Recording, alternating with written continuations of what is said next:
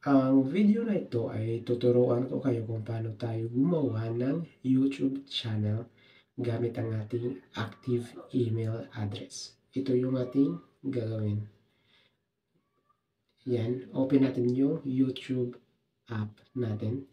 Tapos dito ay, ito yung short. Tapos dito tayo mag-create.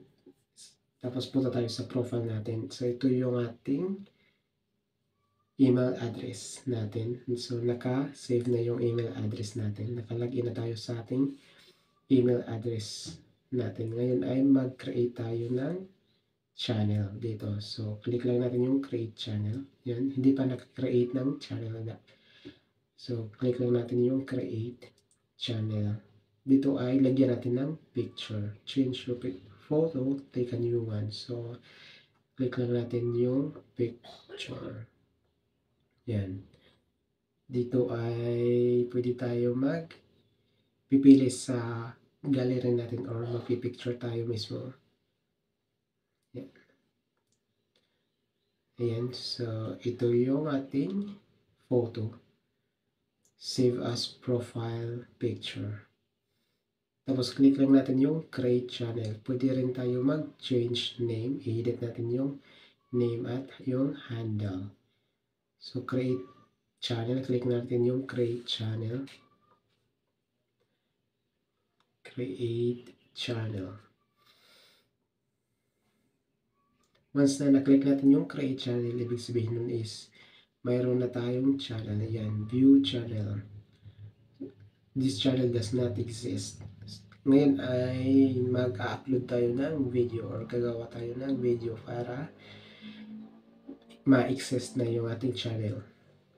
So, general, ito yung settings ng ating channel. Ngayon ay mag-upload tayo. Click lang natin yung plus sign dito sa gitna. Ito yung short video. So, gagawa tayo ng ating video. Yan, 15 seconds.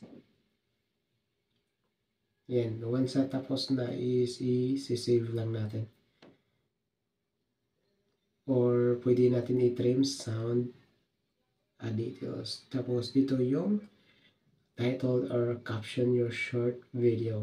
Dito is my video. Example is my video. Tapos click lang natin yung upload. See, upload. So nag-upload. Hintayin natin na ma-upload yung ating video. Yung ating short video. 31, 35. Once na na-upload na is pwede natin i-send yung ating short video sa ating profile. 4%. So, nag-process pa yung ating video.